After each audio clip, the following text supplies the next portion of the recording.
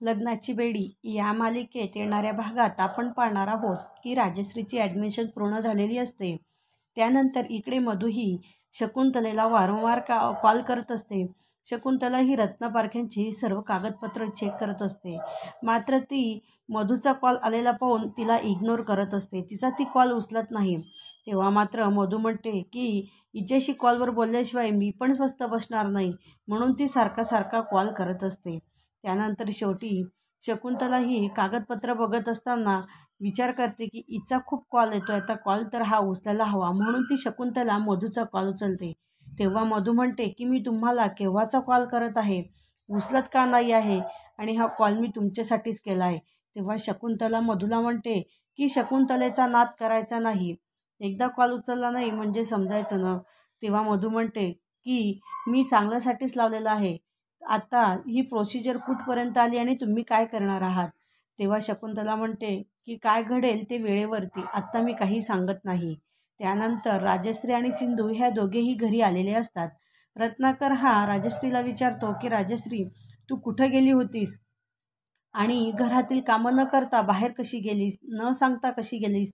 तो असं बोलल्यानंतर राजश्रीला खूप कसं तरी होतंय, ती काही उत्तर देऊ शकत नाही. तेव्हा रुक्मिणीसुद्धा बोलते. त्यानंतर राघव त्या ठिकाणी येतो आणि राघव हा सिंधूला म्हणतो की सिंधू, जरा देवाजवळ साखर ठेव न आणि सर्वांचे तोंड गोड कर. तेव्हा रत्नाकर म्हणतो की झालं काय आहे. त्यावेळेस राघव म्हणतो की सर्व हे आईच तुम्हाला सांगणार आहे.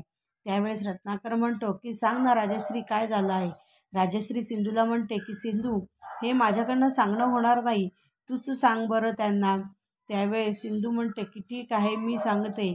आणि राघव हा सुद्धा त्या गोष्टी ऐकण्यासाठी आतुर झालेला असतो. परंतु त्याच वेळेस बाहेरून आवाज येतो की सर्व रत्नपारखी सदन बाहेर या आणि त्यांनी घर रिकामं करा.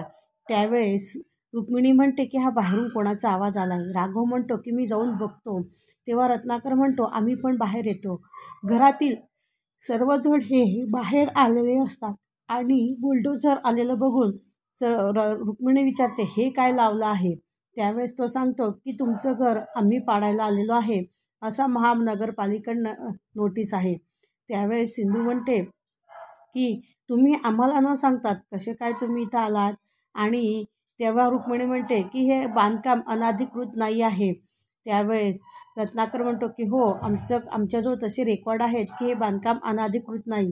सिंधूसुद्धा त्या माणसाला सांगते की बाबा जे सांगतायत ते खरं आहे, परंतु तुम्ही आधी तुमच्याजवळचे कागदपत्र दाखवा बरं मला. असं म्हणून सिंधू त्यांच्याजवळची कागदपत्र तिच्याजवळ घेते आणि ते वाचू लागते. त्यावेळेस तिथं 24 तास अगोदर नोटीस पाठवायची असते असं दिलेलं आहे.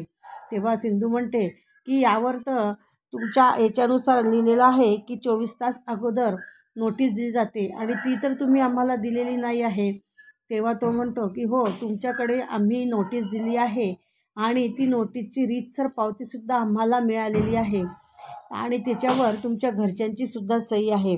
त्यावेळेस मात्र रुक्मिणी म्हणते की ती सही कोणाची आहे आणि आम्हाला दाखवा बरं. त्यावेळेस तो नगरपालिकेचा माणूस म्हणतो की याच्याशी आम्हाला काही घेणं देणं नाही, पण घरात कोणी असेल तर त्यांना तुम्ही आधी घराच्या बाहेर काढा. तेव्हा सिंधू म्हणते मात्र की तुमच्या सांगितलेल्या याच्यानुसार अजून 24 तासापैकी 1 तास बाकी आहे आणि तुम्ही 1 तास अगोदर या घरावर बुलडोजर फिरवू शकत नाही. तेव्हा तो बोलला राहिलं आहे, ठीक आहे, मग 1 तासानंतर मी माझं काम करतो. तेव्हा सिंधू त्याला म्हणते की तुम्हाला अशी वेळ येणार पण नाही आणि मी होऊ पण देणार नाही. मी वाटेल ते काही करेल आणि याच्यासाठी मला 1 तास हा पुरेसा आहे, असं ते त्या व्यक्तींना सांगते आणि ती कागदपत्र त्या व्यक्तीजवळ देतो. तेव्हा तो व्यक्ती म्हणतो की थांबा रे जरा 1 तास, मग 1 तासानंतर आपण इथं प्रोसिजर चालू करूया. तेव्हा राघव मात्र त्यांच्याकडे खूप रागाने बघत असतो आणि सिंधू विचार करते आता काय करायचं. आणि ह्या गोष्टीचा मधूला मात्र खूप आनंद झालेला असतो, कारण मधूला हेच पाहिजे असतं की हे रत्नपारखी सदन कसं वेगळं होतं आणि सिंधू यातनं सर्वांना कशी वाचवते. आणि तिने जर सर्वांना नाही वाचवलं तर ती रागाच्या मनातनं उतरेल आणि राघव पुन्हा हा माझाच होईल. तिचं फक्त एकच ध्येय असतं की राघवने तिचं व्हावं, पण तिला कळत नसतं की आपण या घरात राहिलेलो आहे आणि या घराच्या विरुद्ध कसं जायचं. घरात आल्यानंतर राजश्री ही खूप रडत असते. तेव्हा सिंधू म्हणते की अहो आई, काही काळजी करू नका, आपलं सगळं व्यवस्थित होईल. तेव्हा रत्नाकर म्हणतो की आता करणार तरी काय. रुक्मिणी म्हणते 1 तास बाकी आहे आणि 1 तासात होणार तरी काय. सगळेजण ह्या गोष्टीचा विचार करू लागतात. राजश्री मात्र खूप रडत असते. राजश्रीला रडायला येत असतं. तेव्हा सिंधू म्हणते अहो आई, रडू नका, सर्व काही ठीक होईल. त्यानंतर अन्वी आणि आयुष हे दोघेही येतात. अन्वी ते बाहेरचं सगळं बघते आणि घरात येऊन म्हणते आजी आजी, अगं बाहेर काय झालेलं आहे.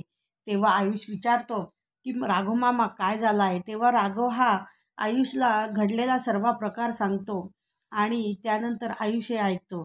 तेव्हा मात्र रुक्मिणी म्हणते की हे सर्व त्या शकुंतलेने केलेलं असावं. मला तर तिचाच हा प्लॅन दिसत आहे. ती काहीही करू शकते आणि कुठल्याही स्थळाला पोहोचू शकते.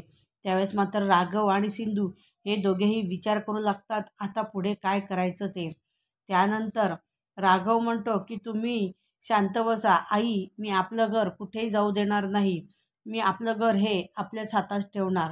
त्यानंतर मधू ही शकुंतलेला फोन करते की तुम्ही काय केलं. तेव्हा शकुंतला म्हणते की आता तुम्ही थांबा, डॉक्टरीनबाईचं आता सगळं घर उद्ध्वस्त होणार आहे.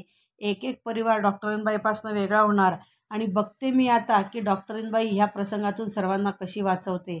असेच भाग पाहण्यासाठी आमच्या चॅनलला लाईक करा, शेअर करा आणि सबस्क्राईब करा.